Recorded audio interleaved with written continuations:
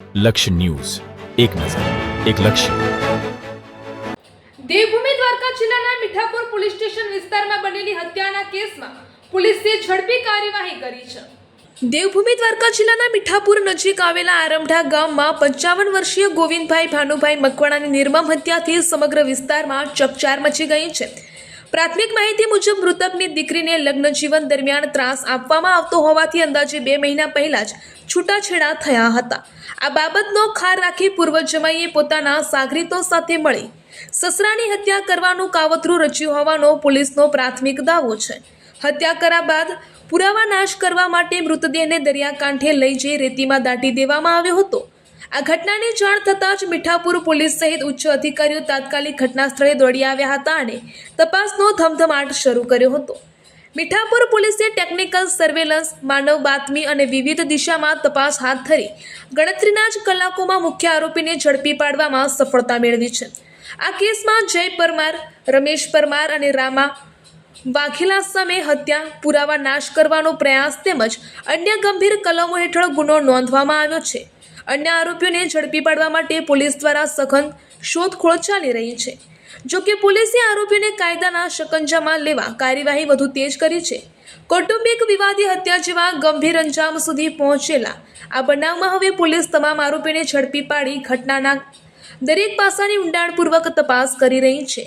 Reporter Ghanshyamsinh Vadher, Devbhumi Dwarka.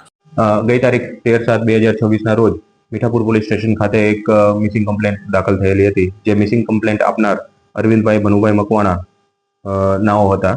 તેમણે પોતાના મોટાભાઈ ગોવિંદભાઈ ભનુભાઈ મકવાણા, જેઓ ગઈ રાતથી પોતે માછીમારી કરીને ઘરે પરત ફરેલ નહીં હોવાની એમણે જાહેરાત કરી હતી અને ત્યારથી તેઓ મિસિંગ હોવાની જાહેરાત આપેલી હતી. ત્યારબાદ તેમણે અન્ય 3 ઈસમો ઉપર એમણે શંકા જતાવેલી હતી કે તેમના જે જમાઈ ગોવિંદભાઈ ભનુભાઈ મકવાણાના જે જમાઈ હતા તેમણે અગાઉ 2 મહિના પહેલા ગોવિંદભાઈને ધમકી આપેલી હતી.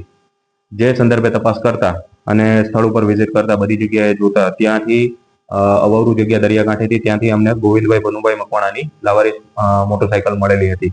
તેમજ તેમના ચપ્પલ ને બધી વસ્તુ ત્યાં અમને મળેલી હતી. જે બાબતે વિગતવારની પૂછતાછ કરતા અને શકમંદોનો 3 જણા જે છે, જય વિજયભાઈ પરમાર, રમેશભાઈ લક્ષ્મણભાઈ પરમાર અને રામા ભીખુભાઈ વાઘેલા, ત્રણેયને ડિટેન કરીને તેમને સઘન પૂછતાછ કરતા તેમણે પોતાની કબૂલાત આપેલી હતી. જે કબૂલાતમાં તેમણે ગોવિંદભાઈ મનુભાઈ મકવાણાની દરિયાકાંઠા ઉપર હત્યા કરીને તેમનું હત્યા કરેલી હતી અને તેની લાશ ત્યાં દરિયાકાંઠે જ રેતીની અંદર દાટી દીધેલી હોવાની કબૂલાત આપેલી હતી. જે આ કબૂલાતના આધારે મીઠાપુર પોલીસ સ્ટેશન ખાતે મર્ડરનું ઓફેન્સ દાખલ કરવામાં આવેલું હતું. ત્યારબાદ તપાસ આગળ કરતા જે અમને વિગતવારના બીજા એવિડન્સ મળ્યા તેમના બોડીને અમે એક્સ્યુમ કરીને જમીનમાંથી કાઢીને તેમનું પીએમ માટે અમને મોકલી આપેલ છે. અને કબૂલાતમાં બીજું વિશેષ એવું જણાવેલું છે કે આરોપી દ્વારા તેમને કડું મારીને તેમજ જે માછીમારીનું સાધન સામગ્રી હોય, જે રસ્સી હોય છે, એ રસ્સી મારફતે તેમને ગળા ટૂંપો આપીને તેમની હત્યા નિપજાવેલી હતી. આ કામે ગુનાની તપાસ મીઠાપુર પીઆઈ કેએસ ગલચરનાઓ ચલાવી રહેલ છે. તેમજ ત્રણેય આરોપી જય વિજયભાઈ પરમાર, રમેશ લક્ષ્મણભાઈ પરમાર અને રામા ભીખુભાઈ વાઘેલા, એ ત્રણેયની ગણતરીના કલાકોમાં ધરપકડ પણ કરવામાં આવેલી છે. આ બનાવ બનવાનું કારણ એ છે કે જય વિજયભાઈ પરમાર, જે ગોવિંદભાઈના જમાઈ થાય છે, તેમના અગાઉ 2 મહિના અગાઉ જ તેમની પત્ની સાથેના સામાજિક રીત રિવાજ મુજબ છૂટાછેડા થયેલ હતા.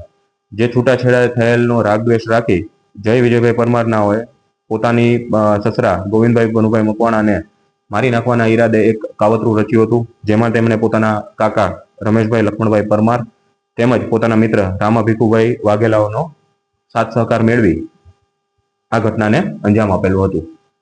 ત્યારબાદ આ ત્રણેય આરોપીઓને કોર્ટમાં રજૂ કર્યા બાદ અત્યારે હાલ ત્રણેયને જેલ હવાલે કરવામાં આવેલ છે.